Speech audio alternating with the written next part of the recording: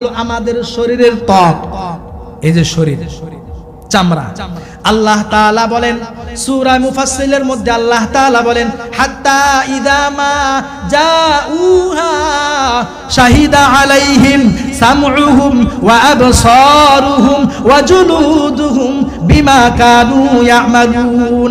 আল্লাহ তাআলা বলেন ওই দিন যেদিন জাহান্নামীরা জাহান্নামের আগুনের সামনে চলে আসবে, সেই দিন জাহান্নামীদের কান তাদের বিরুদ্ধে সাক্ষী দিবে, জাহান্নামীদের চোখ তাদের বিরুদ্ধে সাক্ষী দিবে।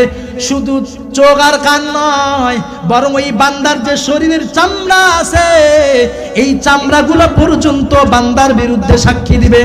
যখন চামড়া পর্যন্ত আল্লাহর বান্দার বিরুদ্ধে সাক্ষী দেওয়া শুরু করবে, জাহান্নামীরা তখন উদ্দেশ্য করে বলবে, একটু কল্পনা করেন যে চামগুলোকে সুন্দর রাখার জন্য কত তেল মালিশ করলাম, হ্যাঁ তেল মালিশ করছি, হ্যাঁ কত সুন্দর সুন্দর সেন্ট এই শরীরে ব্যবহার করলাম, কত সুন্দর সুন্দর খাবার খাইলাম আমার শরীরের চামড়াটাকে তরুতাজা রাখার জন্য।